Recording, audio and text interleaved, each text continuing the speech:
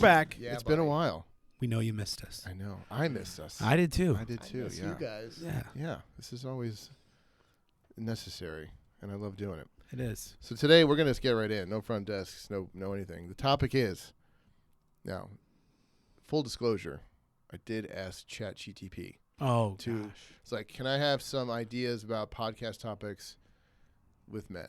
There we go. And it just generated a whole list. Some are not good, some are not great at all, but some were like, ooh, this is Interesting pretty good. angle. Yeah, there's Yeah. some have an interesting angle, and there's a handful that we could spit out like 20 of them. And I think there's definitely a good handful. So we're good. Today, failure as a nervous system event. Why men shut down instead of learn. Ooh, heavy. Yeah.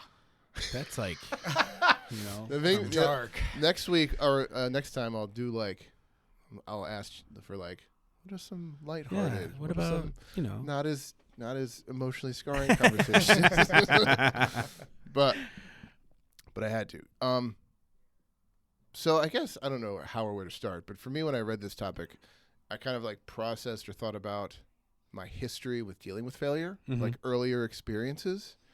And it came in like two forms, because really it's it as a young person. It was school and sports. Yeah. And that's where I think a lot of people, and I'll say men in this for this episode, with sports in school is like their first like real issue, like first time dealing with failure that's not within the home, Yeah. right? You're like not being External told- life external, failure. right? It's not yeah. like your parents are like redirecting behavior or Right. you goofing around as a kid. This is like, a coach or a teacher, and they're like, this is when you're experiencing any sort of failure. What do you guys think about that?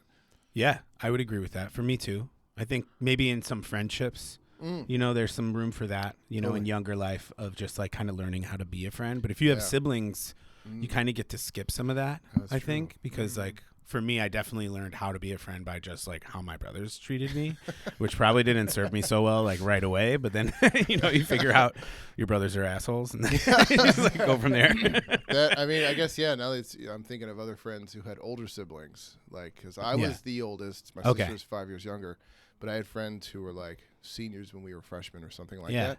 So there's definitely a level of like, you're eating shit in Yeah. this relationship. Totally. Whether it's justified or not, you're Mhm. still experiencing it. And I think as far as your nervous system goes, there's no real difference, right? Like if you're taking shit as a younger sibling or Right. you're on the ball field or whatever, or in any sort of school situation, I guess it's the first part where you're like, what does your body feel like, or how do you react to experiencing failure, Yeah. right?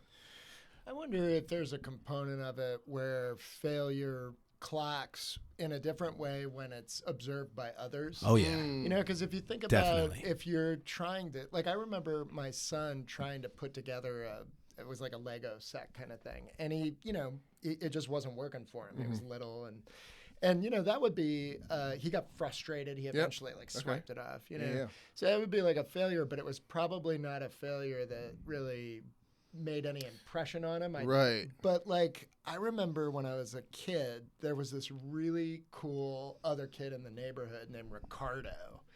And he's That's a great name for a So cool he kid might in the actually- neighborhood. That's like an amazing name. It's very possible that Ricardo is in Ithaca, and he may even be a younger. So There we go. Ricardo, you were my idol, bro. You were the cool kid. You were the Yeah. cool kid, and he You have built. a great name for a cool kid. Oh my God. Amazing. He built a you know, like a half pipe Oh, yeah. in his Sick. backyard. His my God. family built, you know. Yeah. And so I had this 70s era banana board type of skateboard. I didn't have a good skateboard. Yeah. And I wanted to dress like Ricardo. I wanted to be like Ricardo. There were Yeah. a lot of neighborhood kids around. And I got on that little shitty skateboard and I bit it hard in front of everybody. Everybody laughed. Like Yeah. it was like and like Ricardo was like, and your clothes are stupid. Oh, Like, you know, and I just got like shit on. Yeah. And then the next day in school it continued. Oh, you know? yeah. And like that, when you mentioned the idea of failure, like that was the first thought I Okay. had, was like that Interesting. moment of like, Okay. oh, I socially failed in front of the group, For your peer group, and now right. I'm like, my status got lowered, you know. Yeah. Huh. And so that was kind of a moment. Yeah. Yeah. That's Well, I mean, interesting. Triggered. Yeah, I that's- could. Well, as you're telling the story, I'm thinking of something kind of a little bit similar, where a friend who had an older brother was playing football. Like he was a freshman in high school. We were still like 5th, 6th grade, and he was like playing football, and we're like, "Whoa, you're so cool!" And he's gone to some practices, and we were still at that age where we're playing like in the front yard, like pickup. We call our friends and we play in the front yard or whatever. And he played with us for like a couple plays, and then he's like, oh, apparently he did this to like all of his younger brother's friends. He's like, okay, you go out for a pass, I'll cover you. So I was like, I got this. I like did some sort of button hook or like turned to catch it, and like the second the ball hit me, it was just like Destroyed. I just destroyed, and it was like so embarrassing and painful. Yeah. But like Double and then whammy. my friend was just like, yeah, he's done that. He did that to all three of us. We all did the same thing. Welcome to the crew. Yeah. Right. But it was just that moment of like feeling it.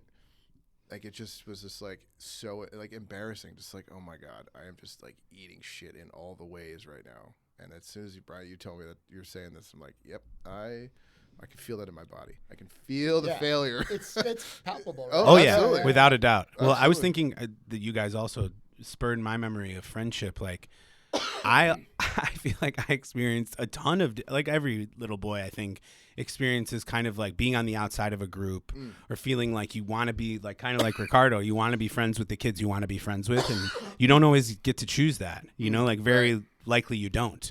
And so it's like I went to Catholic school from K through 8.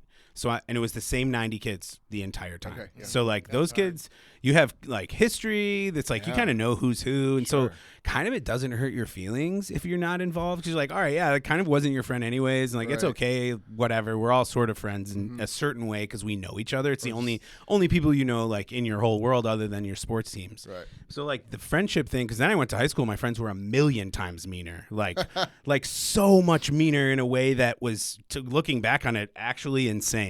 You know, like thinking about like the hazing, the things that like just were funny, people trying to be funny, and the way that I saw it was not as that I was failing, was more like it was a test. Like because I think my brothers, I took them ever not including me or putting me down or whatever, and my brothers were actually they were great, but I saw it as a challenge, you know, like always as like, oh well, I mean, this is what happens, you know, like you kind of have to make a cope like spin of like, oh, this is just like how you get in the group, you know, like 'cause everyone gets humiliated, but they never got humiliated by anybody. But that I think is so funny, because I think of like failure, it definitely has a different weight in it when there are other people involved. But then I think it can even be heavier when it's just you. Right. Like I think I feel like the first time that gave me that feeling was when I didn't make a travel basketball team, like in my fifth grade year, because I played Park District basketball, but then I also played like school. My school didn't have basketball until 6th grade. Okay. So like the Catholic school. Yep. So they had like travel teams from 3rd grade to 5th grade. And so in 3rd grade I tried out with all my friends from my Catholic school and all the public school kids I knew. Yeah. And I didn't make it. And I'll never forget it, because there were 2 teams and like a lot of my friends made it and like all that kind of thing, and just feeling like, well, I guess I suck at basketball. You know, like and having to really, and of course you tell them Michael Jordan's story about like how he didn't make varsity and like that kind of thing. But it is totally like a gut check, like, okay, so what do you do next? Yeah. You know, like times have changed about that. That's for sure. Oh yeah. Because like I think of getting bad grades. Right. You know, you can't even get bad grades anymore. It's hard like to. It's really hard to get like with my kids, there's no bad grades. It's so interesting. Like, I do want your take, because you do have your active duty with younger kids. So I was thinking, especially when you mentioned Catholic school, because I did this. I went to K through 8 Catholic school. Okay, very similar. So I have questions and things I want to bring up, but I didn't want to lose that. But yeah, go ahead about like. No, just it's an interesting like I wonder how did my parents teach me to handle failure? You know, like because I think that as a younger brother, I was consistently complaining about failing, you know, like, and so my parents had to be like, you got to get back in the ring from like day one, you know? So were you the youngest? I was the youngest of 3 boys, and then I had 2 younger sisters. Okay. So they didn't really factor into like anything, you know, when it comes to like playing with my older brothers, you know? Absolutely. So it's interesting how that, I think, role in your family actually plays a lot into it. It's kind of an interesting thought, is like, you know, so you've got that humiliation, social kind of failure. Yeah. And then you've got the first time you sort of fail yourself, you know, or at least in your own mind. When like when you care about the consequences, or like the whatever it is you're doing, whether it be when you're trying hard at something, school, job, relationship, anything like that. and you are trying and you want to succeed at it, but you still fail. Right? There's that one. Yeah. Well, and I wonder if I felt like it was a failure at the time. Like failure is a really powerful word. It is. Yeah. Because I think failure only comes with trying. Yeah. You know, like if you're just kind of like whatever, you don't think of it as a failure. You're just like, I didn't really even try. Well, you know, like, and that's a way to protect yourself from failure as well. Well, I mean, if you think about it, it's just the reality of accomplishing anything. Yeah. You know, like the person who succeeds at something will have failed at that thing a bunch of different times Totally. until they started succeeding at it. So it's like, That's true. you know, you really can't have success without failure. You know, there's no world where that exists really. Josh, what were your teachers like? Because when I went to this about school, being a boy in a Catholic school, Catholic elementary school, like most of my teachers, I think from K through 8, all but one were women. Uh-huh. And same with me. All but one. And it's like, yeah. There was, as I reflect on that whole experience, there definitely was a lot of like, sometimes it's like I'm a young boy, right? So it's just chaos. There's like 30 of us at least. But then there's a lot of the times where like, I think we were like really trying to be humans, and we're just like, we can't because our brains are goo. Yeah, right. And it's like dealing with like who is an authority but like middle-aged women, right? Who like I think many of them were not equipped to handle the mass like boy energy. Oh yeah. And so there was a lot of feeling like we were constantly in trouble. Oh yeah, every minute of every day. Every day, and it's like I think half of it at least was very warranted, and we deserved it a lot. But I think there was also a lot of times where like this is just who boys are, and there's no getting around it until they grow up. Yeah. But still, there was that feeling of just like, God, we're just like awful human beings, like just awful. Yeah, I think that's a big Catholic thing. Like, that's a motivator in the Catholic faith and in the Catholic Church and in Catholic society is like, and it definitely pushed me away as I got older, where I was like, damn, dude, because I realized, you know, it's an interesting thing for little boys to think about hell. You know, like to think about hell, because it's like it's heavy as hell. It's really heavy. And these people, I mean, the rules that I had at my Catholic school were so arbitrary. Thinking back on like uniform violations. Like if I didn't wear a belt to school, I'd have detention. And what was detention? Writing in the Bible for a half hour after school. So it's like if I didn't wear a belt, if I wore gray socks or a gray undershirt, detention. If my collar was popped, detention. If like my shirt was untucked, detention. And it's like those things, like it makes you into a very neurotic individual. Like it's really hard to go through that with a calm demeanor. Like, but I think if you're gifted with ADHD, you kind of have a cheat code with that where you're just like, I can't help it. You know, like it is what it is, man. Like I would be the teacher's favorite student and they're absolutely worst. You know, because I could go from being a suck up and I didn't want to interrupt, like for sure. But I definitely never stopped talking. You know, like I never stopped talking. So I was always in trouble all the time. And that definitely plays a role in how you see, because it ended up hardening me in a way to where then I'm like, part of life is being in trouble all the time. You know, like, and so, but it did definitely affect me in the way of all I ever tried to do was get away with stuff. Like it turned me into someone who wanted to fool anyone who was trying to control me. Like I had a very big motivator of like, I wonder how much I can get away with. and finding strategies, like making strategies to do that. I wish I like used my brain in a different way, but it felt like that was kind of the idea, was like, you're always a little bit in trouble. So you might as well like try to skirt that so you're not in as much trouble, you know? But I don't know. That's an interesting, I haven't thought about that in a long time. It's funny that, you know, because I'm thinking back to when I was in this Bible school and they punished me by, I'm not joking, putting me in the closet for the whole afternoon. Oh my God. So basically, solitary. I was constantly like, having too much fun, they would stick me in the closet. And the closet was filled with books and board games. And I was just like, Hell this is yeah. not a punishment. Yeah, this Right. is great. This isn't bad. I think I got rewarded in a bad way by that. 'Cause I Yeah. was like, this is good in here. And then at some point, one of my parents was like, are you sticking my kid in a closet all afternoon every And then at some point I stopped going to that Bible study. I We're bet like, you did. Actually, we are. We are actually. It's been working fantastic, and he's been reading He's like a doing lot. Great. He loves it in there. He loves it. Yeah, he loves it in there. It's amazing. Threw you in the hole for Yeah. once a week. I mean, and they thought it was bad, you know. Wow. I bet they did. They were like, Right. shit. There was a light in there. Yeah. You know? It was, That is funny how like your punishment is to go be by yourself for a while. And for some kids, I didn't care about that. I was like, that's fine. That's Oh, where that- I want to be anyway. Oh, not me. That was my major. My mom would say, go sit on the stairs. And just being out of like the playing circle was like torture, Yeah. you know? And we'd have to sit and talk about what happened. I'd got be like, detribalized. damn it. Wow. That's funny. For me, young person at school, I just didn't care. Like, I wasn't really. If you looked at my behavior throughout the day and you looked at my grades, you'd be like, what is going on? You're quiet in class. You don't do anything. But I'm just like, I couldn't give a shit. I did not Interesting. care enough to be like, I don't care about this at all. I felt the same way. I was very I respectful, totally though. agree. Like, Yeah, I was not really disrespectful. I just was like, whatever. I don't care. it wasn't the most important thing. That's for No, sure. No, Like, it was just counting down the days until baseball season. Uh-huh. And I was just like, it's a okay, winter break. tryouts start in 2 Yep. weeks finally kind of thing. Yeah. Yeah. Well, and I think that's interesting. I think when we talk about failure, like we were saying, I think it really does matter what you care about.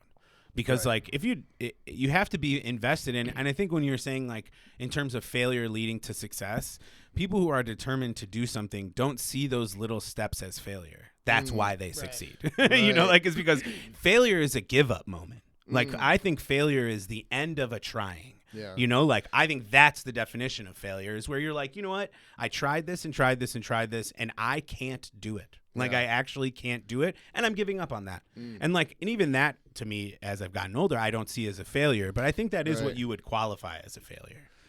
Totally. How? Oh, well, it makes me think of this golf podcast I probably talked about before, but in their attempts to become scratch golfers, they are like interviewing like what would be motivational like speakers or coaches or something like that. They talk to a lot of people like that, and I don't know who they quoted, but it may have been like Kobe Bryant, I think, a long time ago. And it was like you don't fail, you succeed or you learn. Yeah. And I think that's something that I forget all the time. Because every time I do anything, I'm just like, wow, that was a big failure. Totally messed up. And never just like, well, what did I actually going to learn from this? Instead of, for me, I'm like way harder on myself than anyone really could be. And that's kind of like a young adult thing. It's a like, protective mechanism. Right. For yeah, sure. yeah. And also like talking about the caring, where it's like that's the way we protect ourselves from failure. Mm-hmm. Where it's like, oh, if I don't care, then I won't try, and Yeah, I know I oh, didn't yeah. try, so I'm just gonna. And it doesn't matter. I didn't actually fail because Without I a doubt. didn't really try. Oh yeah. So I think part of that is being okay with not succeeding if it's something like not the cop out of like, well, I don't care. Like, you should like, how do you grapple with like, I cared and quote unquote failed. Yeah. You know? Definitely. Yeah, I wonder if there's also an element of, like you said, permanence to it. Where Yeah. It's like, you know, if you are trying to grasp a skill or master something, or, you know, there's really unlimited opportunity to keep trying to, As long as you have time and do breath the in your thing, lungs, right? yeah. Yeah, as long as you can make time for Right. it. But I think that there are things where it's like you miss your shot and that's a permanent loss now, you know. Yeah. Oh yeah. And that's an interesting sort of a because you know I can't think of a ton of moments in my life where, That narrows it down quite a bit, that- actually. and then it's like, you know, especially if maybe you missed the shot because you didn't try hard enough and you know it, you know, as opposed to like jujitsu, which I know I talk about every day, so sorry. But, we talk about what we know. It's okay. well, that whole like you win or you learn thing is Yeah. embedded in jujitsu culture because Yeah. you're just gonna eat shit. No matter what. You know, Yeah. like, it It's doesn't part of the matter how calculation. naturally good you are if you're a Right. wrestler. And it's funny because it's who stays are the people that don't mind or Taking it the fuels them. lumps. Because Yeah. like I think Yeah, that it's when motivating. when you kind of are like just in the suck for a few years, but you want the skill, Yeah. it motivates you to like train harder, work out more, do the whole, Right. you know. There is some, I think, badge of honor that about paying your dues. taking your lumps, Mhm. right? Like being rejected, not succeeding, being physically overpowered. I think initially with the ego, it could be like the gut check of like, oh my God, I failed. But then if you reframe it where it's like, oh, I'm just paying my dues. Like I'm just Yeah. taking my lumps, which like you said, anyone that's been successful at anything has done that in some form or another. Where Totally. It's like, oh, I'm a writer, I have rejection slips, or like, or athlete. I'm just keep getting my butt kicked, stuff like that. So yeah, it's really hard. It's always been hard for me to be like, how can I reframe this as like, okay, what am I learning? How am I taking pride in the failure instead of like really wallowing? Yeah. Or like, Well, and I think that failure is, I mean, it's a dark thing. Feeling failure is, because it also is a give up. Like it's like a give up is the worst part, like it's like that you have been beaten essentially is what it is. Like, I think, and I think like, that's why I don't really qualify so many things in my life as a failure, because no matter what, even if things like at the moment were a failure, it's like, it always turned into what it was supposed to be. Right. And I think that that's because of some of the work we all are involved in here. And like, in terms of wellness and just like the way we treat our bodies and like our minds and TM and like these things that kind of can give you perspective on literally anything. Like acceptance is like a superpower that can allow you to never feel failure, because it's not a failure if you can be like, all right, well, I did okay. I got a spiritual lesson. Yeah, exactly. Well, it's like, okay, what are the big failures that I can like immediately think of in my life? Okay, I didn't make the basketball team my junior year of high school. That was huge in my life. At that time, I played basketball literally my entire life, and I got chosen over just guys that were taller than me. Like it was like that. And the coach told me, he was like, listen, I need height. It's like, and you aren't growing. And I was like, that's true. Like, I can totally, and it's basketball. So I was like, that actually sort of makes sense to me. Right. But I felt so dejected. But then because of that, I did the musical my senior year, and then I went to music school because of it. Right. So it's like, it was a failure in a certain sense of maybe my parents' money spending so much time on basketball my whole life. But it was not really for me, because I was like, you know what? I actually didn't want the pressure of being the smallest guy on the basketball team anyways, and never playing and like kind of feeling that failure. That was even more embarrassing, that then being the lead in the musical was a different feeling, know? And so there's many examples of that. Breakups, like lost jobs, like things like that all ended up being like the better thing, know? And so I think the longer you live, the harder it is to even really experience failure, if you have the right perspective. Right. Yeah.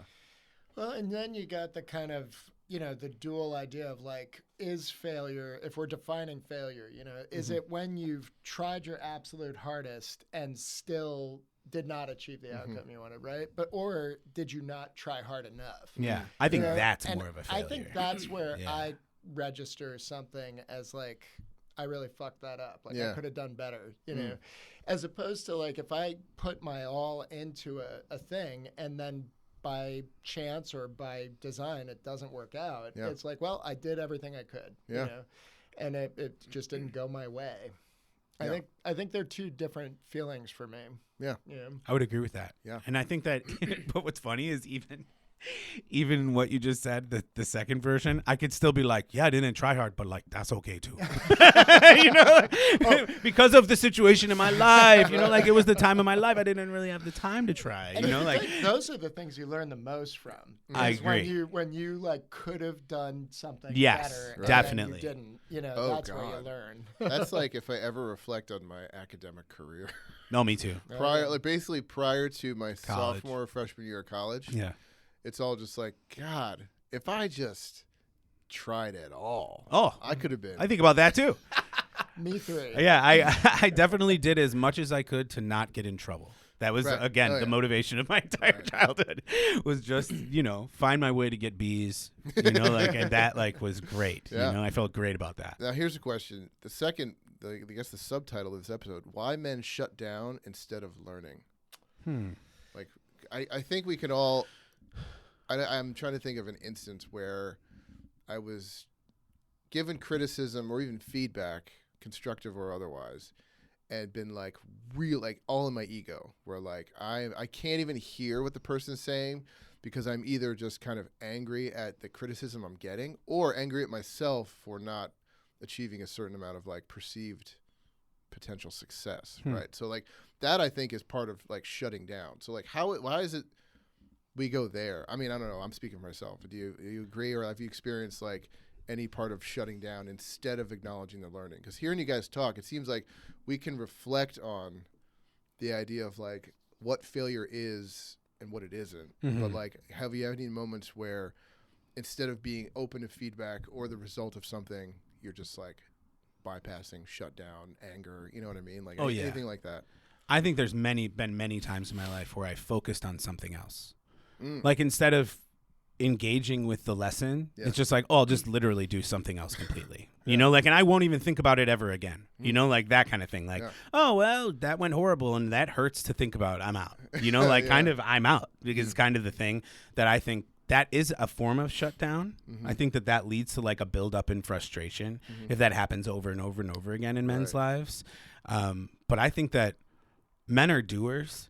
You know, like I think that's kind of it can be a good thing and a bad thing, where it's like I can find myself, like when we've talked about this on the podcast, where it's like I have something important I need to do that I don't want to do, so I'll do 1,000 other things instead. You know, like, and that is bypassing it. And in a certain way, that is failure.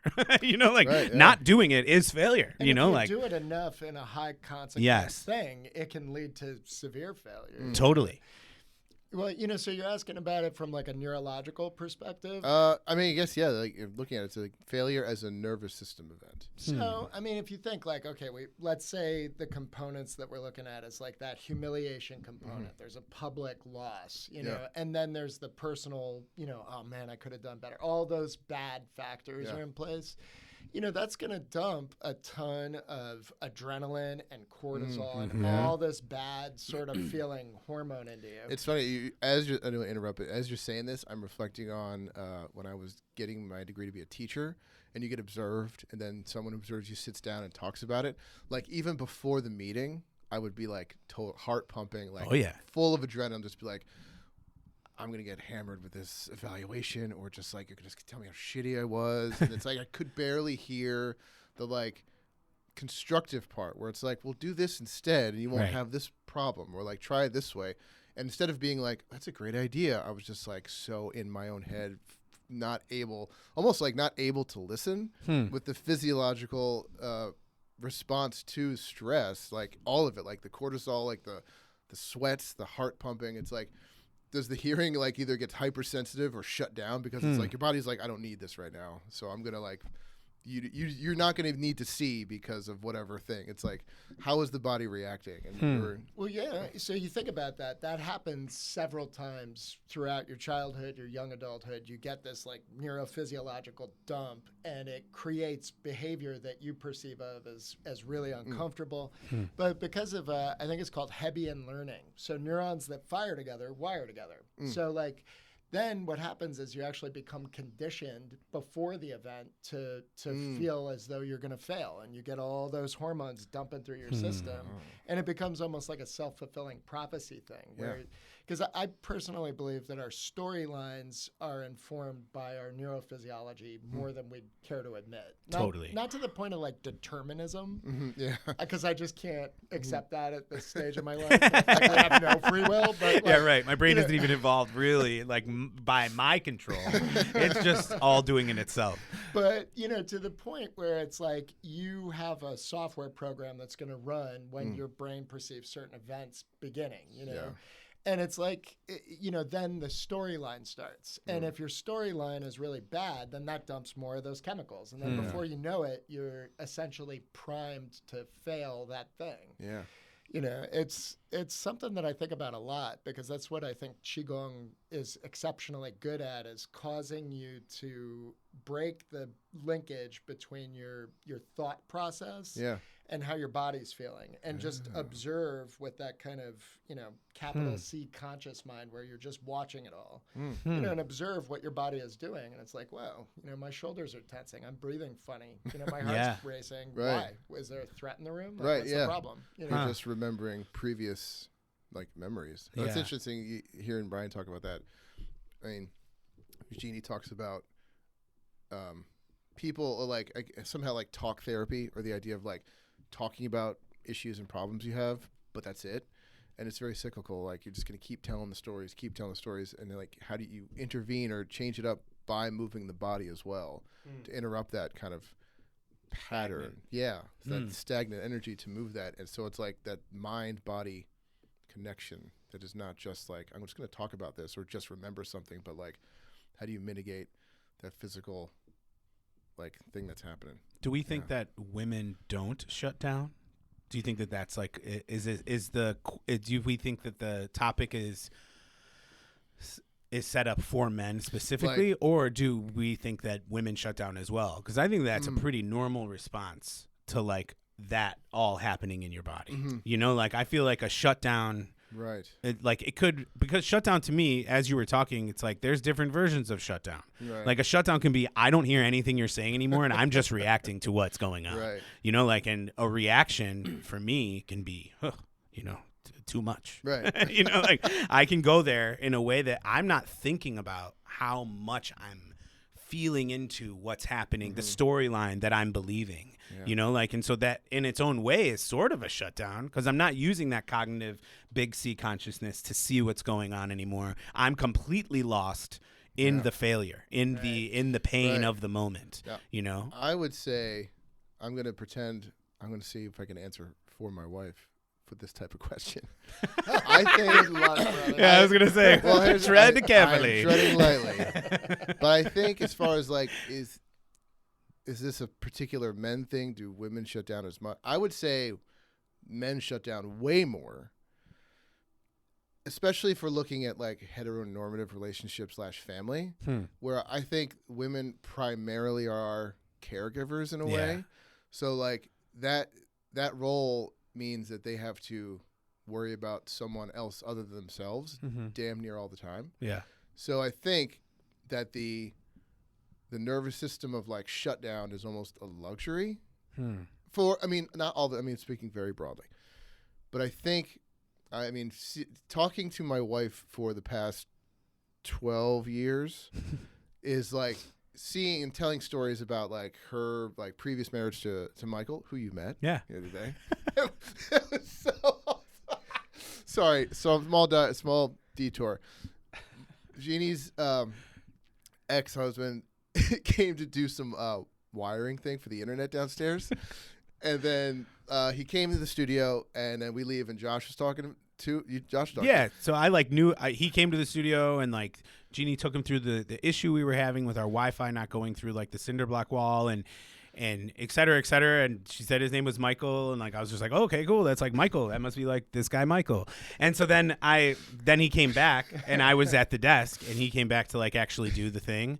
And I was like, so like, how long you known Jeannie? Like, I was like, so you friends? You guys been friends a long time? And he's like, yeah, since we were 15, actually. I'm her ex-husband. I was like, oh. I'm the father of the 3 children. Yeah, the 3 children who you look like. Oh, yeah, of course. That's right. All right, for sure. Oh, yeah. That's so funny. Very That was awesome. Yeah. But no, I think most of the time, I don't know if she'd agree. Maybe she'd agree with me. Is that since women are maybe in that role more often, that they just think they can't shut down. Yeah. Or like they kind of avoid it, where maybe men are just like, I'm going to shut down, and because they have permission a little bit. Maybe like I don't know. Societally, like, yeah. I mean, talking about our parents, you know, for sure, there was Yeah. much more of an expectation of like, because our parents, they were always at work. Like our dad, Yeah. my dad was always at work, and when he came home, he wasn't like, I'm very angry about something, or like I feel strongly about. He was just like, you know, I'm home now. You know. I mean, like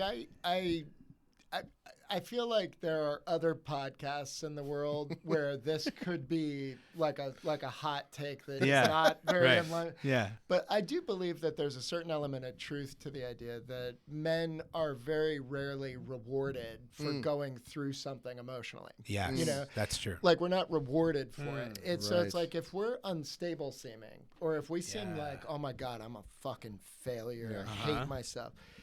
There's like, and I say this without any sort of sense of like, oh, poor, but it's like nobody cares. That's know? true. Right, Like, yeah. 100%. 100%. You know, like if I have somebody who I care about that's going through something, I'll listen to them, you know, and I'll be there for them. But it's like you're a 45-year-old man, dude. Fucking figure it out. You know, like Yeah. you better get your pants on and go. You know? Right. Yeah. Right.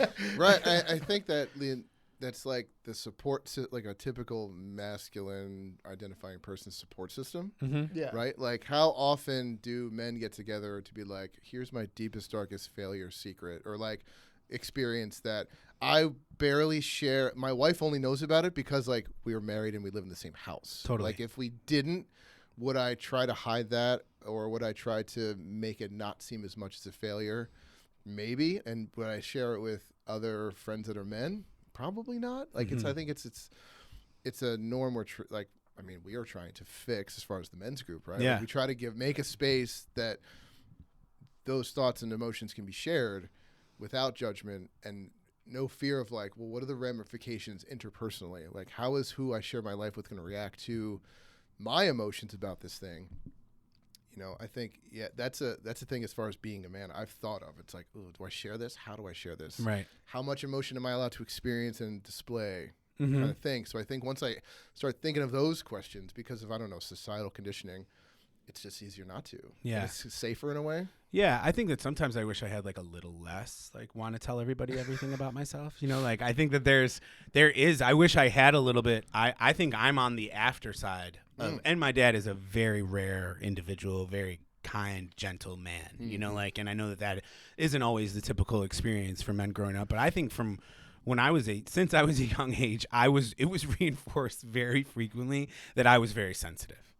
You know, like that was something that was told to me since forever that I can remember. And like, I think I've really rooted into that, like in a certain way, to where I think I've said things to my friends that they're like, they can't believe that I'm telling them it, you know, like, and then that opens the door a little bit to it, you know, like where, and they have those feelings too, you know, like they do have those feelings too. And like, I'm not just sensitive. I just wasn't afraid to say it. Right. You know, like I was reinforced that it's actually okay, you know, like to say it. And probably because my mom was like, your brothers don't want to hear it, dude. Like you got to you can tell me all you want, but like, don't go telling them how bad they hurt your feelings, you know? Yeah. But I think that there's definitely a space that is growing, but for men to be more emotional, because I think, because times have changed, but this could be considered, I guess, a hot take, and maybe we'll cut it if we want to. But I think that sensitivity in the past, like I think I was afraid of being called gay, like all the time. Sure. You know, like if anyone, there was a certain, any kind of softness in any way, like my friends would call me gay, you know, like without a doubt. I would be shocked if we interviewed 100 men with like that idea, where it's like, did you ever get the message that showing emotion, being sensitive means you're gay, or like could be perceived as really effeminate, right? And then, you know, your buddies would definitely be like, dude, you're being gay. Yeah, like, you're that's being gay. Such a common experience. Gay. Like my friends, if I ever 100%. said anything, like they would totally rib me, you know? And but I think that that's where that has changed. You know, like definitely that has changed in a big way, and maybe not completely. Right. But I think that there has been a lot of growth in the right direction from that. And I think people are much more therapized than they were before. You know, like there are so many more people that even back when my parents were younger, going to therapy was a little bit of like there's a societal impact on people finding out that you're in therapy, you know, like, and what does that mean about them? Like, oh, there's something wrong with them. Like in that way, where nowadays it's like every single person, you know, like in a certain way is doing some type of therapy, which is, you'd assume, pretty good for you. And I think that there definitely are some theories that maybe it's too much, you know, like where it's like how far can you go into evaluating yourself before you start to, like you said, like kind of become a self-fulfilling prophecy of victimhood, you know, like, and I think that that's, if you have a good therapist, they don't let you get there. But I think that there is a space where, you know, it's kind of a both and, like you do want to have that stick-to-itive, like, well, get the fuck up and do it, you know, like that. We need men to do that. Like we do need people that are like willing to be like, yeah, that sucked and I'm going to keep going, you know, like, and that's where, you know, toughness and stuff like that kind of comes into it, but that can be toxic too. Oh, for sure. Yeah. I mean, but if you also think about it just as pure conditioning, you know, what's rewarded, and I mean in a heteronormative societal sort of a picture, not necessarily at the individual level or in your family or something. Like stoicism is very much still rewarded. Definitely. Right? Yeah. Oh, yeah. Being stoic, being strong in the face of a storm, being Yep. able to like keep yourself focused and together. And I think that it takes a lot of courage to Yes. actually be able to reveal like, no, I'm panicked right now. I'm Right. really anxious about this. Yeah. Because it's I believe, I mean, and I think there's a lot of good work. Like, you know, I mean, you're a wonderful dude. Like, I feel like I could talk to you about, like, you know, and you wouldn't be like, are you gay? I wouldn't. That's You true. know, I totally but, wouldn't. But like at the same time, I don't know if it's societal conditioning Mm. or if it's like reward or, you know, negative conditioning within my family unit. But I don't feel as though I could ever really reveal how stressed something is making me. Huh. Like I feel like it's very much, you know, like I gotta be calm Yeah. and even and steady, and I'm like, nope, I got the solution. It's fine. I'll Yeah. fix it. You know? And I like how I feel when that's true. You know what I mean? Yes, I like definitely. being in That's a good control. feeling. So, yeah. Right. Oh yeah. But when it's not true, you Yeah. know, that's when we're internally screaming. You know, it's like, I Right. don't know how to fix this, and there's no cavalry coming to help No. me. You know, Yeah. Huh. it's on me. You know. Interesting. So Yeah, I don't that's know about that. that's a situation I think men set themselves up for quite a bit. Sure. Like where, and because of all the things you just said, that is a trap of like of masculinity in a way that is like of toxic, like a toxic societal version of what it's supposed to be. Because I think that makes it so much worse. is pretending. The pretending makes it horrible. You know, like, and you think about all the people.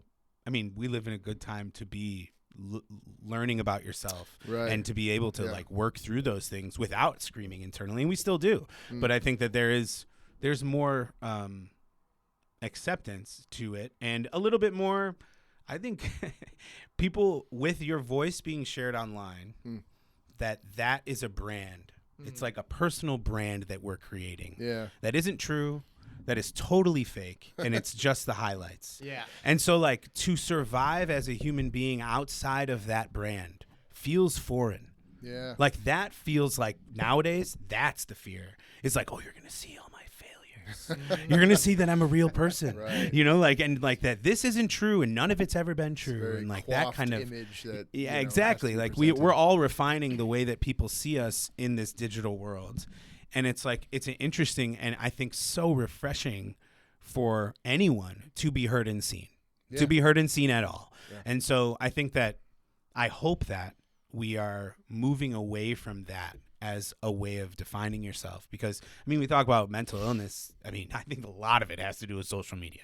Like, I think so much of it has to do with that complex scenario of, like, you're not just a person living your life anymore. You're someone who is a product and is being sold products at every moment of the entire day.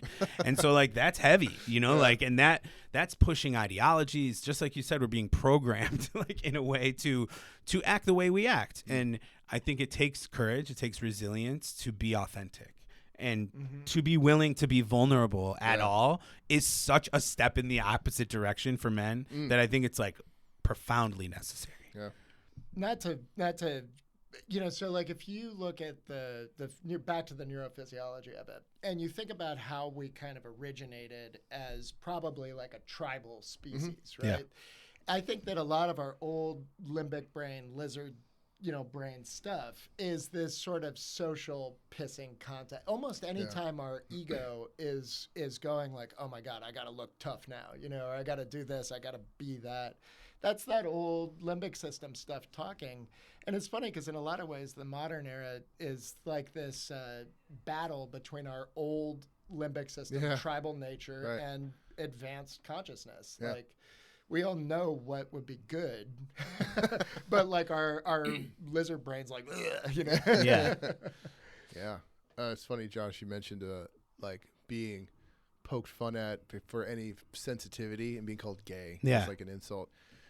And it makes me think there's been several times where Jeannie and I will be watching a movie and two male characters show the slightest amount of affection towards each other. I think one of the moments was when, if you've seen the new Star Wars trilogy, The Force Awakens, the first one that came out like 10 years ago, there's just one clip where Finn and Poe, two characters, like they're passing each other at the rebel base, and they like give like an elbow bump or like a shoulder bump. Yeah. And I don't know if one of the kids said this when we watched the movie. They're like, "Oh, we're gonna ship Finn and Poe relationship," and this is gonna sound terrible. I'm like, no way, no, absolutely not. And that sounds terrible, but I would always say like, no, because I want to be able to have men show emotion towards each other Yeah. without being gay. Yeah. Like, they can both be hetero dudes Right. and still be like, I love you. Oh my And, God, like, yeah. Or think of like Aragorn in Lord of the Rings, right? Like the movie, very stoic, but also shows emotion. He cries and he cares about his friends. And it's like, he doesn't try to hide those emotions. He expresses them. And it's like, or between Frodo and Sam, right? Like, that friendship. And I'm like, well, that's like a love story, right? You know, like it totally is. Like they like, you know, that like having them be like, oh, well, they showed affection, then they must be gay, or like, and it's like, there's nothing. I hate to say this, it's like the Seinfeld. There's nothing wrong with it, but just because they are sharing emotions with each other doesn't make them gay. Like Right. it's just like the slightest amount of emotion sharing. It's like, oh, then they're clearly love each other and are gay. It's like, I think that's the pendulum swinging a little bit too far, where it's like we need to allow and show examples of men showing emotion to each other and not be romantic. You know what I mean? That's so. Yeah. That's my borderline hot take. I don't know. I don't know. I don't think it is. I think that there is that there is a need for it, and I think that that we're definitely we're in an interesting time where it's being evaluated. Yeah. You know, like I don't think my dad, there wasn't people like, but are you too masculine? You know, like when he was a dad, you know, like nobody was like checking him on his masculinity in any way, you know, like, and so other than if he was a little bit effeminate, that somebody might have, but who knows? Right. All right. So to turn the subheading of the title into a question, how do we learn instead of shut down? Is the question. It's like in the face of failure, perceived or otherwise, how do we learn and not just like bypass? Bail. Yeah. I'll speak for myself. There's an Inglourious Bastards. Mm-hmm.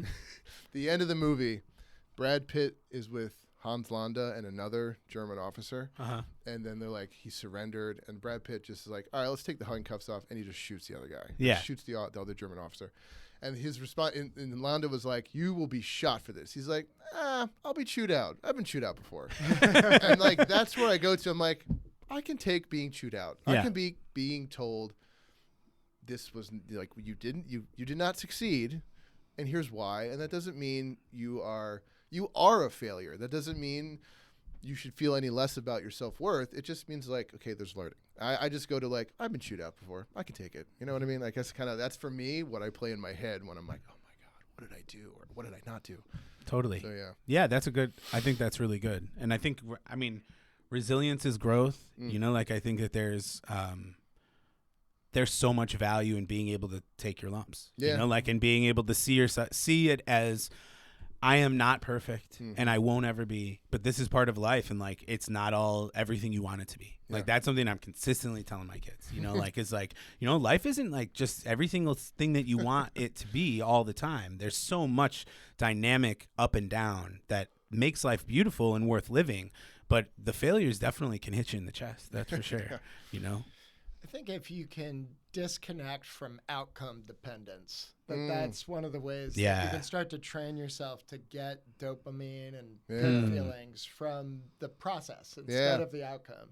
You know, and if you can actually reframe like, okay, I want to learn to do this thing, and I don't care if I don't produce that thing 1,000 times, because what I'm really in love with is doing the thing. Right. Yeah. And it's like an act of convincing oneself. Yeah. You know, I mean, you have to know that you want it, and then you have to actively train yourself to enjoy an outcome independent process of that thing. Yeah. And how do you do that? Do you say it in your brain?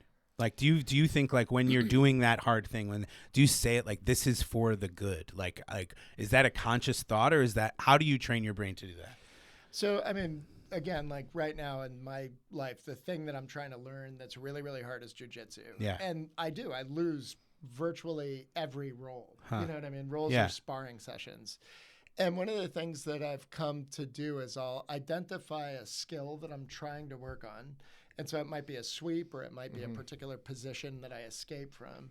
And I don't care if I get tapped 15 times in the roll. What I want is to hit that one sweep. And if I hit it once in the roll, it's like, okay, I'm finding the sweep live now, you know? Yeah. And if I write it down, that has some kind of magic power. So I'll say, okay, this week I'm working on. That's a great idea. You know, yeah, so I like that. this particular week, it's a particular form of side control that I'm trying to get to, where well, I won't describe it. that would be a step too far.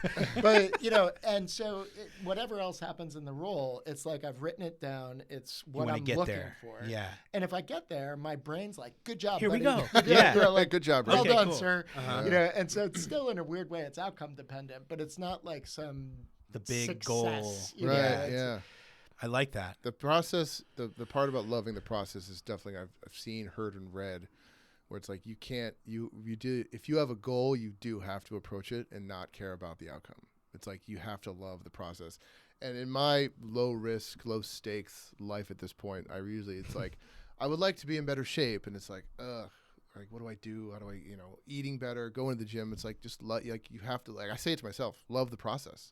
Like love, That's a hard one to do. love the steps. Very really, hard. I mean, it's like Yes. saying it out loud to myself or saying it where it's like, no, I'm gonna enjoy the process. It's like it's slightly less impactful than like taking your lumps and being chewed out. It's like this is just like you're gonna have to do a couple things maybe that aren't your initial first choice, but it's like it's all feeding something you said to your brain you wanted. Right. So it's like, okay, gonna love the process. Like Yeah. that's I just say to myself. I've been having a hard time with that lately. Yeah. Like with working out, because I feel like I always get into like I can become obsessive about something and like love it, like I loved it, but then like because I'm results driven, I'm like what the I'm like I've been working out every day, I know that, Jim. 6 days a week for 5 months, and I'm still got a gut, like, and I'm like, what do I got to do, like, and then I'm like, I'm just gonna quit, like I have like a feeling where I'm like, maybe it's not worth it to go 6 days a week. Like maybe maybe I'm doing it wrong. Like that's what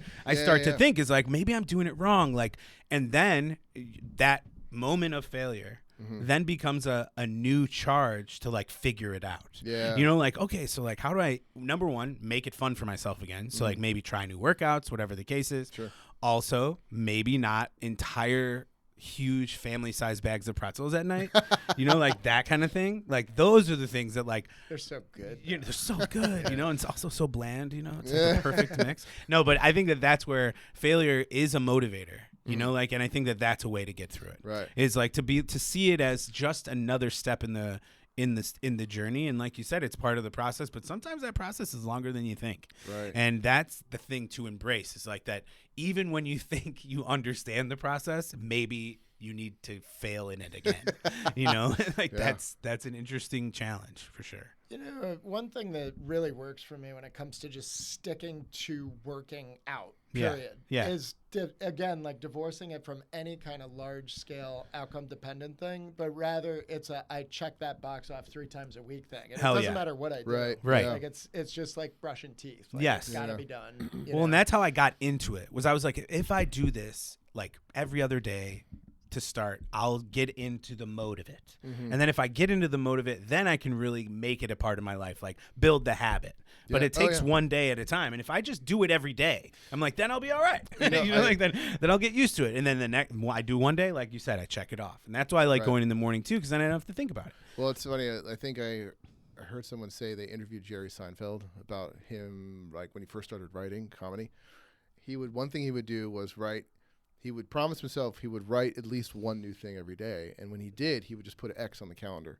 And then after weeks and months, you look at the calendar, like look at all, like it's visual proof of progress, Yeah. or at least like working towards it. Yeah. And then maybe a word count he would also do and be like, gradually after time, it's like, 200 words, 500 words, and it's like 2,000 words. And it's Yeah. like that, it like adds up. Interesting. So I think like tracking progress can be a cool thing, like Yeah. to just see, because maybe you don't see it on the scale or in Right. the mirror, but like you see on the calendar, it's like you went every day. Right. You know what I mean? Right. Now, to finish off, I'm going to throw a wrench in this. Do it. We've been talking about physical tasks, like getting better at like jujitsu. I think of golf, going to the gym. How do we handle this in a social, emotional, interpersonal level? Like, we're all married. Yeah. How do you bring the idea of like failure to instances in the home with wife and family? Because I go to like things I could like be better at is like emotional availability, vulnerability, and communication.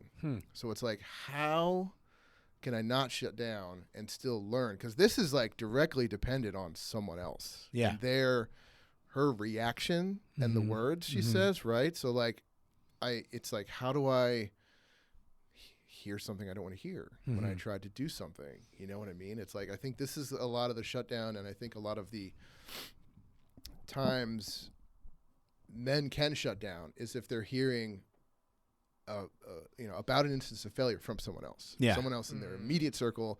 So it's like, how does that get navigated? See, sometimes I think it's good to shut down. Right, like in this 100%. situation, like I think if you mess up in your marriage, it's time to shut down. You know, like it's like if you do something that you know like could possibly upset your partner, you know, like, and for whatever reason, I think like I have failed many times at not shutting down. Like I am all about the conflict. I'm like, let's go. Let's talk this out. Let's talk it out. Let's talk about it for hours. Like for as far as I'm concerned, because I'm gonna win that. Like I know I can talk circles around, you know, many different situations. You have no fear, no qualms. Well, and that's I need to, but I've had to learn over the years that like actually it's better in many situations to pause and take a step back.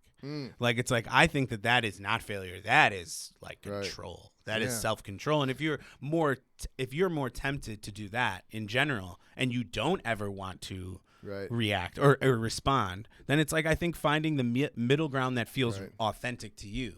Because I think that if you're in a loving marriage, you know, like there's so many compromises. You know, like, and compromises in the moment of being heard, of being right, of being what you see as being quiet, correct or quiet or whatever. Like there are so many things that your partner is already going to know about you. And it's like, if you can break the cycle of the thing they expect you to do, there's usually a lot of extra credit that goes along with that. You know, like where it's like, wow, you let me say this. Right. And you didn't rebuttal me. Like if I can find a way to not rebuttal, I'm like doing great. You know, like I think I'm usually giving enough space to things for it to all not be so serious. I think that's the thing, like where I'll build it up in my head, like this is a fight. Right. And I'm like, haha, let's go. You know, like, because that's just how I'm wired. I'd say the worst thing about me. But it definitely is something that's taken a ton of practice to shut down, to be like, you know what? Like I need to really not put my whole cortisol filled body into this you know, like into this situation, body and soul and mind. And I think that for me, that's it. But I think finding your middle ground where it's like, you know, it's all consideration. Right. Because I go to the other way. I go to immediate shutdown. So like I go to like wound licking, silence. Oh, right. Yeah. And it's like having conversations or like anything like that.